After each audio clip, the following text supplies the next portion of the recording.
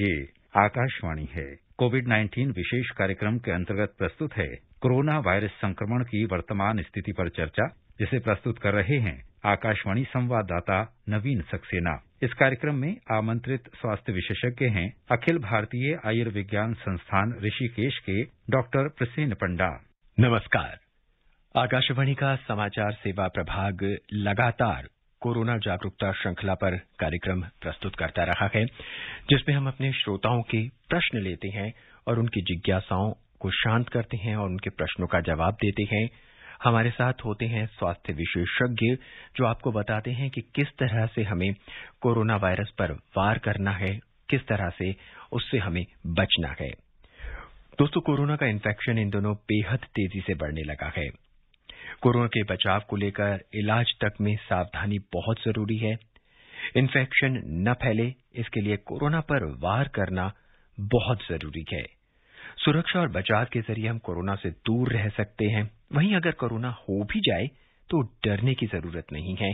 सही देखभाल, उचित इलाज और आपके प्रश्नों का जवाब, आपकी जिज्ञासाओं को शांत करिए, अपने प्रश्न हमसे पूछिए और फिर देखिए कि आप कितने आसानी से कोरोना को दूर भगा सकते हैं।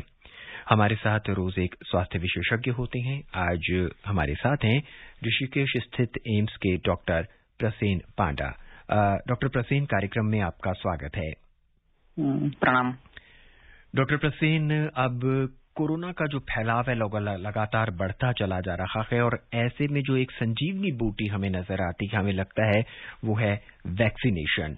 आज हम अपने इस कार्यक्रम की शुरुआत वैक्सीन के सवाल से ही शुरू करते हैं। हमारे पास सोशल मीडिया के जरिए बहुत से सवाल आ रखे हैं।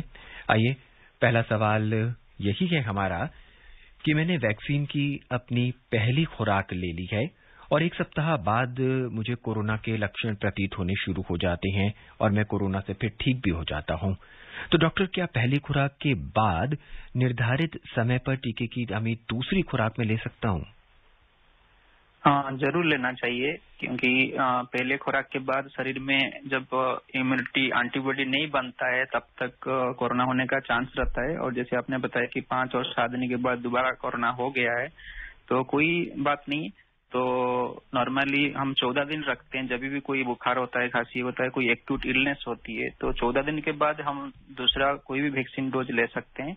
तो इसमें जस्ट ये ध्यान देना है कि हम लोग एक्चुअली 6 सप्ताह से 12 सप्ताह के बीच में दूसरे डोज ले लेना चाहिए। उसमें कोई फिक्स नहीं होता है कि आपको 8 हफ्ते में लेना चाहिए कि 6 हफ्ते में लेना चाहिए। सपोज शरीर आपके अभी स्वस्थ नहीं है तो थोड़ा लेट करके दूसरे डोज ले सकते हो, पर 12 हफ्ते के अंदर ले लेना चाहिए, सो दैट आपके शरीर में पूरा सही मात्रा में आपको एंटीबॉडी बन जाएगा और आप वैक्सीन का सही मात्रा में प्रोटेक्शन हो सकता है। जी। डॉक्टर प्रसेन, एक प्रश्न और एक जिज्ञासा और मन में है कि किसी को अगर संक्रमण हो चुका है तो क्या उसको दोबारा हो सकता है? अगर हाँ, तो कितने अंतराल में?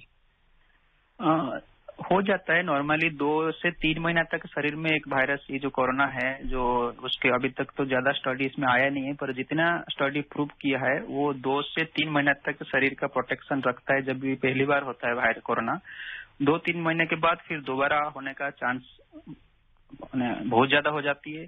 और इवन 2-3 महीने के अंदर भी शरीर में जब एंटीबॉडी नहीं बन पाता है, मान ले कि शरीर के कोई इम्यूनिटी बन नहीं पा रहा है, तो उसमें भी दोबारा भी हो सकता है, बट यूजुअली 2-3 महीने के बाद दोबारा हो सकता है। जी।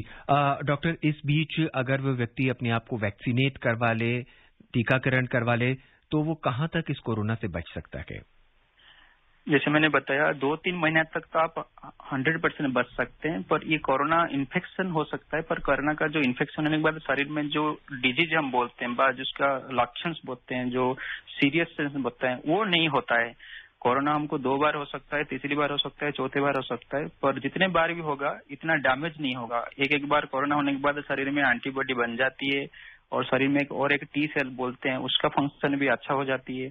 तो इसी हिसाब से धीरे धीरे हमारा शरीर का प्रोटेक्शन बहुत ज्यादा बढ़ जाती है। स्पेशली सीरियस जो बोलते हैं ना, सीवियर कोरोना बोलते हैं, सीवियर कोविड बोलते हैं, वो बहुत मात्रा में कम होता है। तो इसलिए हम सभी को वैक्सीन लेना जरूरी है। इन्फेक्शन बार बार हो सकता है, पर जरूरी नहीं है वो डिजीज में परिवर्तित होता है। जी। डॉक्टर, संक्रमण से ठीक हो चुका जो व्यक्ति है वो भी क्या कुछ समय तक किसी अन्य व्यक्ति को संक्रमित कर सकता है जो अभी जस्ट फिलहाल में अभी ठीक हुआ कोरोना से?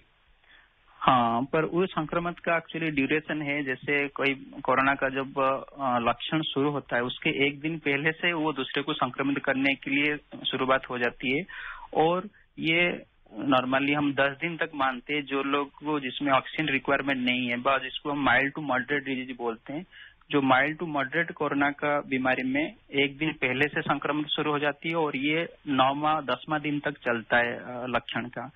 पर शरीर को सपोज सीवियर हो जाता है जिसमें ऑक्सीजन का रिक्वायरमेंट होता है कि आपके लंग्स बहुत ज्यादा खराब हो जाती हैं, उसमें 17वां दिन तक ये दूसरे को स्प्रेड कर सकता है। वही एक दिन पहले से शुरू हो जाते हैं लक्षण का और ये 17वां दिन तक चलता है। इसलिए हम उसको आइसोलेट बोलते हैं कि आपको माइल्ड टू मॉडरेट डिजीज है तो आप 10वां दिन तक कर लीजिए और सीवियर डिजीज है तो आप 17वां दिन तक कर लीजिए। जी। डॉक्टर, कोई व्यक्ति कोरोना से संक्रमित हो चुका है, अगर वो ऑक्सीजन की उसको जरूरत है, ऑक्सीजन लगाता है तो उसका जो ऑक्सीजन लेवल है वो 94 से ऊपर 95, 96 बढ़ जाता है, और अगर वो ऑक्सीजन कुछ देर के लिए हटा देता है तो उसका लेवल जो है वो 91 या 90 के आसपास रहता है, तो ये कहाँ तक सही है? देखिए, ऑक्सीजन का जो मात्रा है ये 88% से ऊपर से बहुत सारे लोग में ये नॉर्मल माना जाता है, पर अप टू 94 तक एक बॉर्डर लाइन बोलते हैं। जैसे बहुत सारा माने ब्लड टेस्ट में हम बॉर्डर लाइन टेस्ट वैल्यू बोलते हैं, तो उसी हिसाब से 88 टू 94 तक ये एक रेंज है जिसमें कोई डरने का कोई बात नहीं है। बट 94 से ऊपर रहता है तो बहुत अच्छा है, और 88 से 94 आ जाता है कभी भी, जैसे आप ऑक्सीजन हटा दिए बाथरूम जाना है, तो इसमें कोई घबराने की बात नहीं है। इसी से शरीर अपना बैलेंस कर लेता है। 88 से कम नहीं होना चाहिए। जब भी 88 से कम हो जाता है तो हम उसको मान लेते हैं कि अब ये सीरियस हो सकता है, तो उसको ध्यान देना जरूरी है। जी।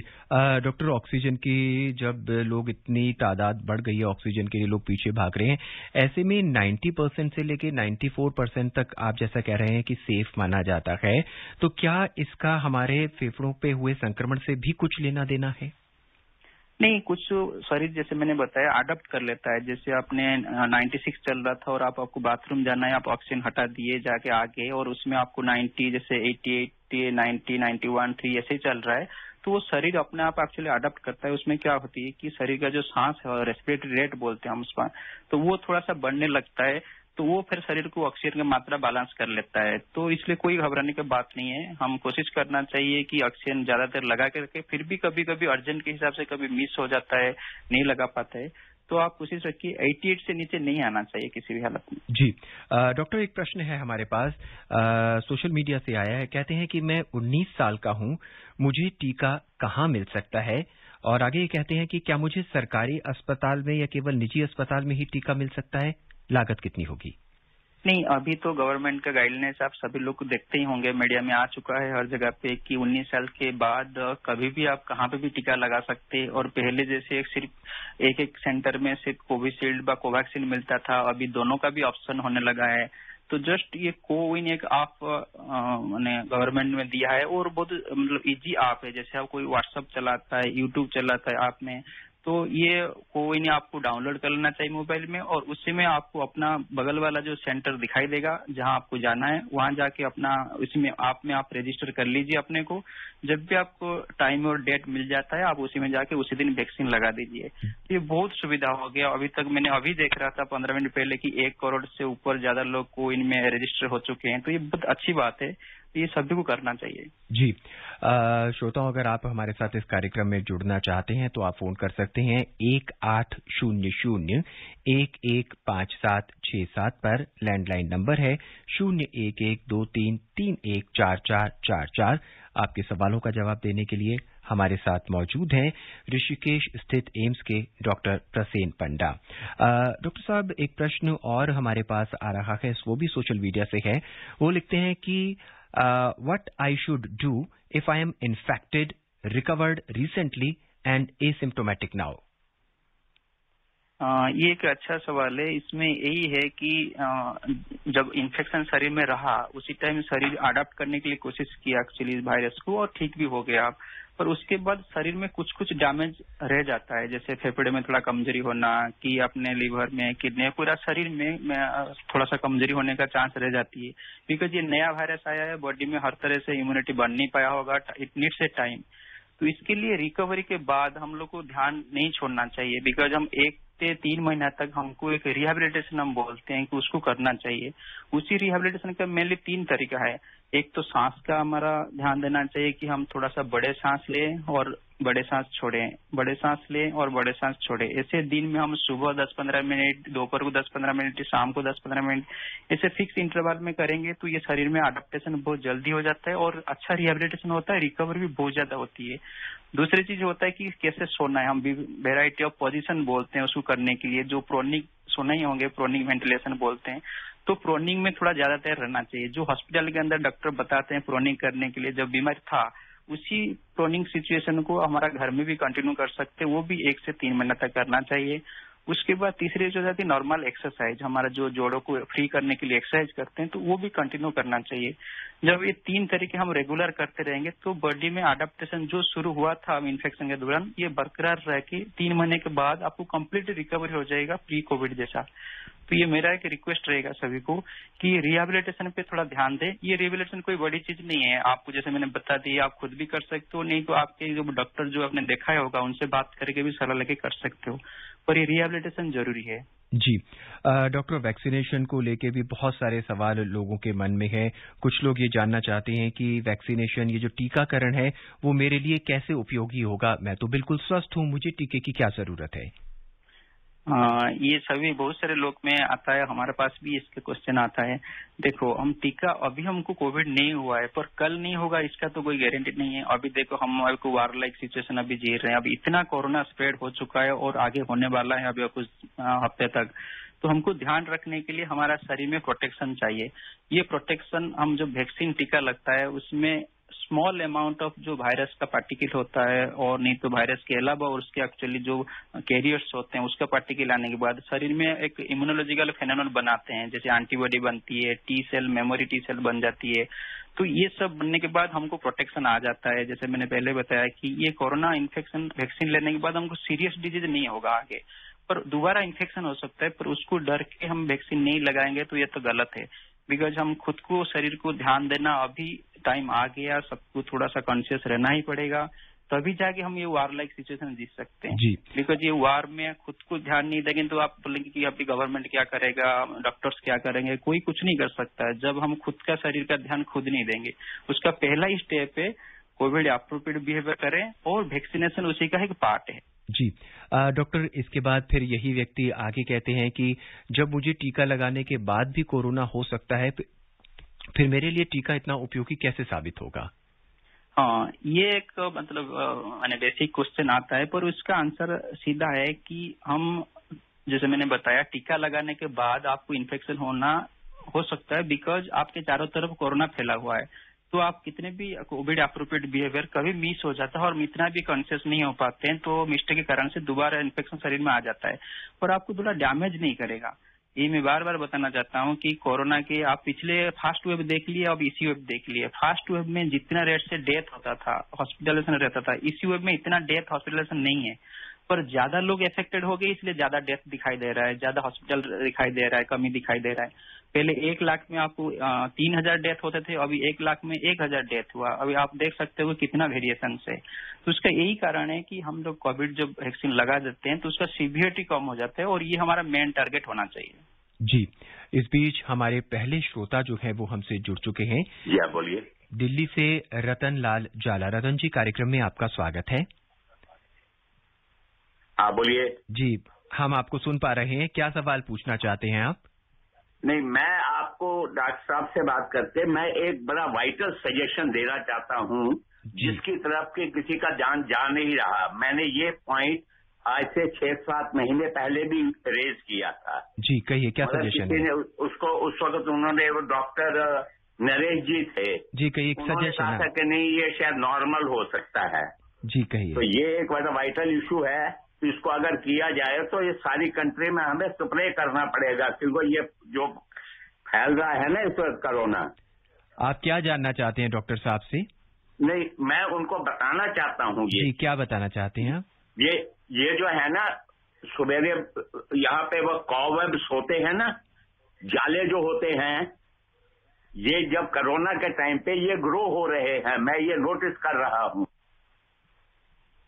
जी, डॉक्टर इनके सवाल थोड़ा सा एक सजेशन देना चाहते थे। मैं थोड़ा दोबारा पूछना चाहता हूँ कि जो आपने जाली, कौन से जाली के बारे में थोड़ा सा बताएंगे तो थोड़ा हम समझ सकते हैं कि डॉक्टर अब इनसे हमारा संपर्क नहीं हो पा रहा है, तो ये शायद अपने जी। तो उसमें यही है कि आप मेल कर सकते हैं एक्चुअली साइट में, हमारा जो एम्स जैसे दिल्ली आपके बगल में ही है, एम्स दिल्ली के, एक्चुअली वहाँ पे आप मेल कर सकते हैं, आपके सजेशन तो आपको आंसर मिल जाएगा। नहीं तो हमारे एम्स ऋषिकेश मेल कर दीजिए तो हम देख लेंगे। जी, डॉक्टर साहब कोई ऐसी हेल्पलाइन नंबर है कि अगर कोई व्यक्ति कोरोना से पीड़ित है और इमरजेंसी है तो वो फोन कर सकता है कोई?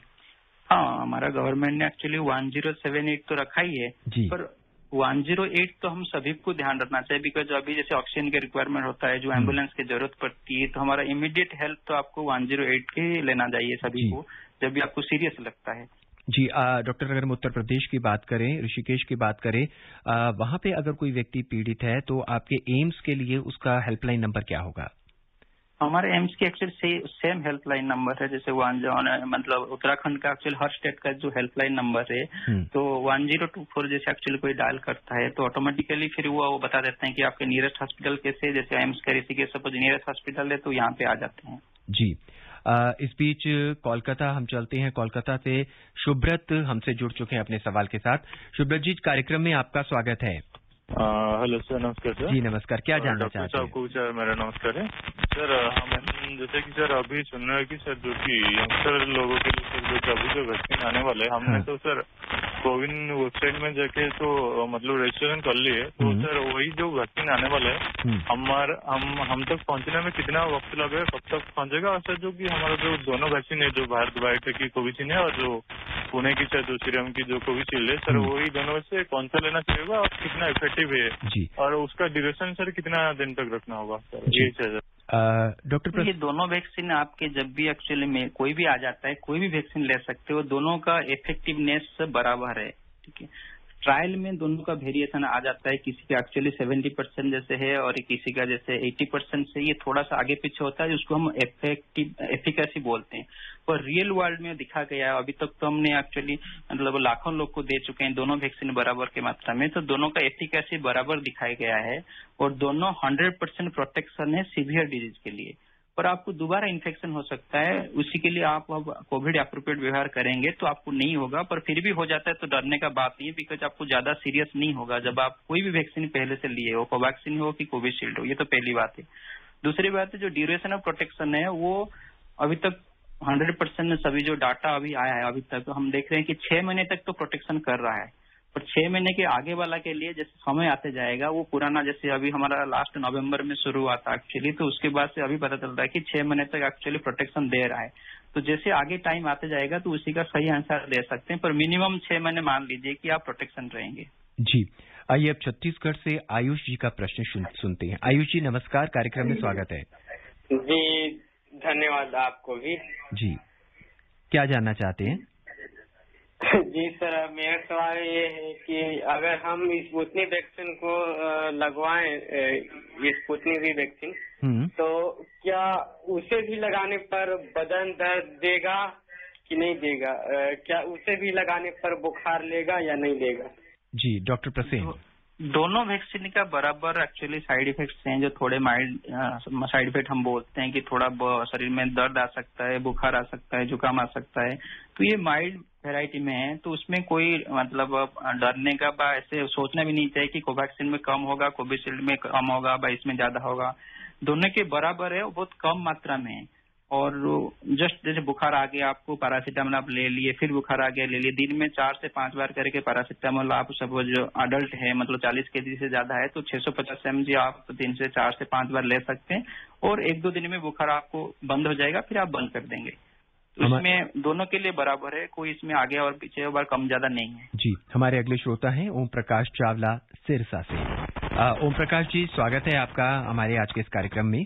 धन्यवाद जी, बहुत बहुत धन्यवाद। मेरी दो जिज्ञासाएं हैं जी। पहली जिज्ञासा तो ये है कि इस प्रकार का कोई कल्चर टेस्ट हुआ है, जैसे HIV का विषाणु जो है 15 मिनट 2 बार बर्दाश्त नहीं कर सकता, उससे पहले ही समाप्त हो जाता है। दूसरा ये है, यदि हम इसके कमजोर पहलुओं को देखें, इसमें काफी कमजोर पहलू हैं, तो इस हिसाब से ऐसे लगता है ये 2 या 3 सप्ताह में इसको जो है विश्व भर में काफी नीचे स्तर पर इसके ग्राफ को जो है, इस विषाणु के ग्राफ को जो है बहुत रेयर केस रह जाएंगे, यानी समाप्त किया जा सकता है। इसके काफी कमजोर पहलू हैं, जैसे ये शरीर में नाक में जाके 2-3 दिन रुकता है, नाक गले में, और दूसरा बाहर ये अपना ग्रोथ नहीं कर सकता। कृपया इस पर प्रकाश डालें। इससे ऐसे लगता है 2-3 सप्ताह के अंदर इसका जो बूम खत्म हो जाना चाहिए। कृपया आपका धन्यवाद। डॉक्टर, एक तो ये इसके कल्चर की बात करें, दूसरा ये जानना चाहते हैं कि जब हम बार बार हमारे विशेषज्ञ कह रहे हैं कि ये गले में या 2 या 3 दिन रहता है, तो उसी समय तुरंत इसका इलाज क्यों नहीं कर दिया जाता? ये एक अच्छा सवाल है। कल्चर की जो बात है, हमारा जो रिसर्च लैब में हम कल्चर करते हैं, जैसे हमारा एक्चुअली ICMR पुणे हो गया, कि और दूसरा हमारा एक्चुअली ICMR के लैब है जहाँ पे कल्चर होती है। तो कल्चर देखने के लिए कि वो वायरस वायबल है या नहीं है, मतलब डेड है कि लाइव है। तो कल्चर का ज्यादा ट्रीटमेंट में इफेक्ट नहीं आता है, इसलिए क्योंकि एक बार वायरस आ गया, आपको लक्षण आ गया, सिम्टम्स आ गए, तो ऑटोमेटिकली आपको इलाज चाहिए। तो उसमें हम कल्चर करके उसको इलाज में कोई चेंज नहीं होती है, इसलिए जब ट्रीटमेंट में चेंज नहीं होती है, इसलिए कल्चर हर जगह में अवेलेबल नहीं है और होना भी नहीं चाहिए, बिकॉज ये महंगा भी होती है। और कल्चर एक बायोसेफ्टी लैब बोलते हैं, जो हाई ग्रेड बायोसेफ्टी लैब में होना चाहिए, नहीं तो दूसरे को स्प्रेड कर सकता है जो लैब टेक्नीशियन होते हैं। और दूसरे की जो क्वेश्चन था, दूसरे की थोड़ा बता सकते हैं दोबारा क्या? डॉक्टर ये कहना चाहते हैं कि जब ये जो कोरोना का वायरस है कि नाक में रहता है, गले में। अच्छा सवाल था। तो इसमें क्या होता है कि अभी जैसे एक साइंस मैंने प्रूव किया है कि मतलब एक स्टडी में प्रूव आया है, जो एक्चुअली नाइट्रिक ऑक्साइड होते हैं, मतलब NO होते हैं, तो उसके नाजल स्प्रे हम जब देते हैं तो नाक के अंदर, तो वो वायरस को खत्म कर देता है, तो फिर ज्यादा लंग्स की तरफ नहीं जाता है और बीमारी नहीं बढ़ता है।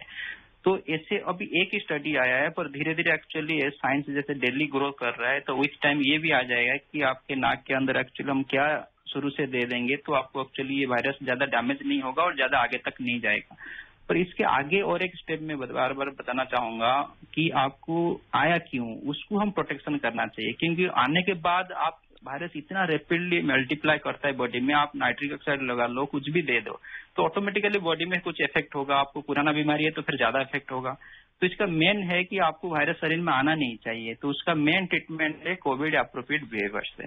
जी, हमारे अगले श्रोता हैं छत्तीसगढ़ से इंद्रभान सिंह। इंद्रभान जी, स्वागत है आपका। जिला कोरिया, छत्तीसगढ़ से इंद्रभान सिंह। जी, कहिए क्या जानना चाहते हैं? सर, कोरोना संक्रमित व्यक्ति और असंक्रमित व्यक्ति में कितना प्रतिशत खतरा बना रहता है?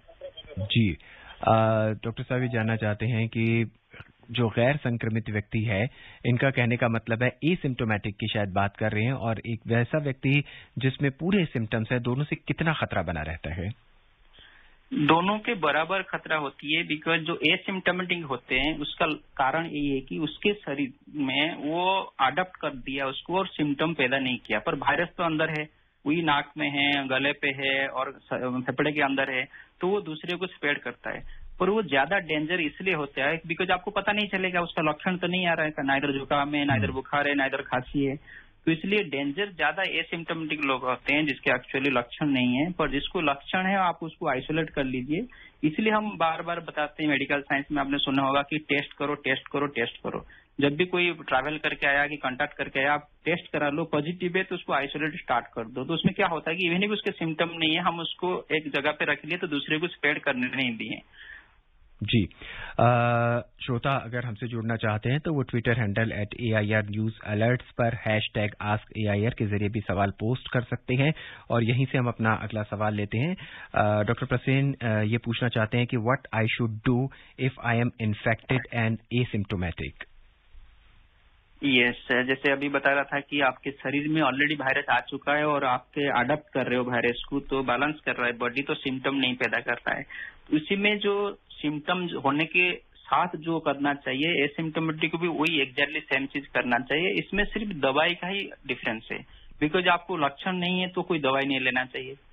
और दवाई के अलावा क्या क्या दोनों को करना चाहिए वो बड़ी चीज है और सबको ध्यान देना चाहिए। आपको लगा कि आपने ऑलरेडी एक्सपोजर होके आया है, मतलब कोई कांटेक्ट हो गया, कोई पॉजिटिव केस के साथ आपके रिलेटिव पॉजिटिव आ गए, तो आप गए थे, कांटेक्ट हो गया, तो चांस है कि आपको पॉजिटिव हो सकता है 2-4 दिन के अंदर। तो उसके बाद अगले 10 दिन तक आपको थोड़ा सा शरीर को रेस्ट देना चाहिए। जहां पे भी आप रहते हो घर में थोड़ा सा बेड रेस्ट लीजिए। उसके साथ मेंटल रेस्ट जरूरी है। हम सभी लोग हॉस्पिटल में कि घर में आइसोलेट तो कर लेते हैं, पर हर टाइम दिमाग में चलता रहता है, वो मोबाइल हो कि फोन हो कि बेस्ट चलता है, डर भी आ जाता है कि नहीं मेरा कुछ हो जाएगा क्या, मेरा ये बीमारी पुराना सा है, कुछ बढ़ जाएगा क्या। तो डर तो पहले नहीं आना चाहिए। तो मेंटल रेस्ट और बेड रेस्ट एक साथ चलना चाहिए। खाने पीने में थोड़ा ध्यान दे देना चाहिए वो 10 दिन तक। उसी में आपको ज्यादा पानी थोड़ा सा 1-2 लीटर एक्स्ट्रा पी लीजिए पहले जितना पीते थे। और खाने में जो इजीली डाइजेस्टिव फूड होता है उसको आप ले लीजिए। जितना भी आप एक्स्ट्रा डाइजेस्टिव मसाला खाना खाएंगे तो बॉडी में एक्चुअली साइटोकाइन उतना बनेगा जो आपको डेंजर में डाल सकता है जी। उसके साथ स्लीपिंग, आपको आराम से थोड़ा सा प्रोनिंग पोजीशन में सोना चाहिए। जो प्रोनिंग का मतलब पेट में लेट के एक्चुअली उल्टा होके सोना है, जिसमें आप आधा घंटा 1 घंटा सो गए, फिर थोड़ा सा बाएं तरफ करवट ले लिए, फिर बैठ के फिर दाहिने तरफ करवट ले लिए। तो ऐसे करके हर खाने से पहले आप 4 बार एक शेड्यूल बना सकते हो। सुबह नाश्ते से पहले 1 घंटा, लंच से पहले 1 घंटा, और इवनिंग में स्नैक्स से 1 घंटा पहले, फिर रात को डिनर से 1 घंटा पहले।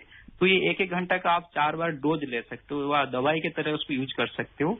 तभी आपके स्वस्थ रहेंगे, फिर आपको कोई सीरियस नहीं होगा और आप ठीक हो जाएंगे 10 दिन के अंदर। जी, आइए मध्य प्रदेश से सुनील कुमार जी का प्रश्न सुनते हैं। सुनील कुमार जी, स्वागत है आपका। नमस्कार सर। नमस्कार, क्या जानना चाहते हैं? मेरा क्वेश्चन ये है कि अगर कोई कैरियर कोविड पेशेंट है जिसमें एसिम्प्टोमेटिक है और लक्षण नहीं दिख रहे हैं, तो वो कैरियर पेशेंट कितने दिनों तक कैरियर हो सकता है? क्या 14 दिन के बाद वो अनकैरियर हो जाएगा? डॉक्टर प्रसेन। आराम से हो जाएगा। जैसे मैंने बताया था शुरुआत में कि 2 तरीके हम एक्चुअली बोलते हैं कि माइल्ड टू मॉडरेट और सीवियर कैटेगरी में कोविड। एसिम्प्टोमेटिक ये माइल्ड टू मॉडरेट में आता है। तो उसमें 10 दिन तक, ज्यादा नहीं, आपको 1 दिन पहले सिम्टम से शुरुआत। अब सिम्टम नहीं है तो आपको पता नहीं कर पाओगे, पर ये तो पता कर पाओगे कि आप किसी से कांटेक्ट में आए थे कि किसी से लिए आपने वायरस। तो इसी दिन से आप कारण कर दीजिए कि आपको एक्चुअली दूसरे को स्प्रेड कर सकते हो, संक्रमित कर सकते हो। तो उसी दिन से लेके 10वां दिन तक, जब से आपको बीमारी पकड़ में आया, जो आपने टेस्ट कर दिए, तो उसी दिन से 10वां दिन ले लीजिए। 11वां दिन में आप पूरा फ्री हो गए, नॉन इन्फेक्टिव हो गए। फिर भी हम गवर्नमेंट गाइडलाइंस में हमने लिखे हैं कि 7 दिन एक्स्ट्रा रखना चाहिए, वो जस्ट एक्स्ट्रा प्रिकॉशन के लिए। पर प्रूव इतना साइंस कर चुका है, जो माइल्ड टू मॉडरेट और एसिम्प्टोमेटिक कैटेगरी में सिर्फ 10 दिन तक मैंने क्षमता रखती है फैलने के लिए। 11वां दिन वो 100% नॉन इन्फेक्टिव हो जाता है दूसरे के लिए। जी, हमारे अगले श्रोता हैं धर्मवीर दिल्ली से। आइए उनकी जिज्ञासा सुनते हैं। धर्मवीर जी, स्वागत है आपका। हेलो। धर्मवीर जी, क्या सवाल है आपका? जी, मैं धर्मवीर गांधीनगर दिल्ली से बोल रहा हूँ जी। जी, कहिए।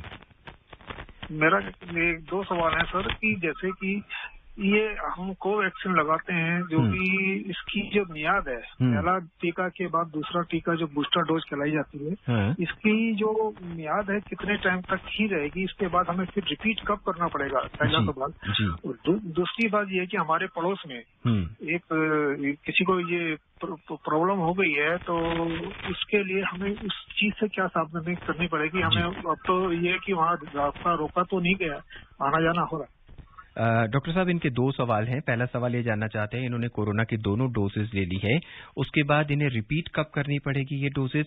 और दूसरा, इनके पड़ोस में कोरोना हो गया है तो इन्हें क्या करना चाहिए? बहुत संक्षेप में डॉक्टर साहब, हमारे पास सिर्फ 1 मिनट है। पहले सवाल का यही है कि आपको कुछ नहीं करना है, आपने 2 डोज ले लिए, आराम से रहिए। अभी आपको 6 महीने तक कोरोना नहीं होने वाला है, सीरियस कोरोना नहीं होने वाला है। कोरोना इन्फेक्शन हो सकता है, जैसे आपने दूसरे सवाल आपने उसी के साथ जुड़ा दिया है। आपके बगल में कोई एक्चुअली कोरोना पॉजिटिव अभी चल रहा है, अभी आपको उसके साथ आप बात कर रहे हो, मिल रहे हो, अप्रोप्रिएट बिहेवियर आपने नहीं ले रहे हो। अप्रोप्रिएट बिहेवियर के लिए मैं ये 5 चीज ध्यान देने के लिए बताता हूँ। एक, आपको पता ही है कि आपको मास्क पहनना है। दूसरा, आपको ये पता है कि आपको 1 से 2 मीटर से ज्यादा दूरी मेंटेन करना है। तीसरे है कि आपके हैंड हाइजीनिक करना है, आइदर आप हैंड वॉश करते हो या हैंड रब लगते हो। चौथे चीज इंपॉर्टेंट है कि आपको वेंटिलेशन मेंटेन करना है, क्योंकि आपको वेंटिलेशन आपके चारों तरफ मेंटेन है तो ऑटोमेटिकली वायरस आता है तो जहाँ भी आराम से चले जाता है। और 5वां चीज है कि आपको वैक्सीनेशन, आपने वैक्सीनेशन कर दिए थे तो अभी रिलैक्स रहिए। ये 4 चीज फॉलो कर लीजिए तो फिर आपको कुछ नहीं होगा। डॉक्टर प्रसेन, इस कार्यक्रम में हमसे जुड़ने के लिए और अपनी विशेष राय हमारे साथ साझा करने के लिए और सारी जिज्ञासाएं शांत करने के लिए आपका बहुत बहुत धन्यवाद। धन्यवाद। आज के इस कार्यक्रम में बस इतना ही। मुझे यानी नवीन को दें इजाजत। नमस्कार। कोविड-19 विशेष कार्यक्रम के अंतर्गत अभी आप सुन रहे थे कोरोना वायरस संक्रमण की वर्तमान स्थिति पर चर्चा, जिसे प्रस्तुत कर रहे थे आकाशवाणी संवाददाता नवीन सक्सेना। इस कार्यक्रम में आमंत्रित स्वास्थ्य विशेषज्ञ थे अखिल भारतीय आयुर्विज्ञान संस्थान ऋषिकेश के डॉक्टर प्रसेन पंडा। ये कार्यक्रम आकाशवाणी के समाचार सेवा प्रभाग द्वारा प्रस्तुत किया गया। इसे आप हमारे mobile app news on AIR पर भी सुन सकते हैं। इस कार्यक्रम के संबंध में अपनी प्रतिक्रिया आप हमें ईमेल कर सकते हैं। पता है airnsttalks@gmail.com। ये कार्यक्रम फिर से सुनने के लिए लॉग ऑन करें हमारी वेबसाइट newsonair.com।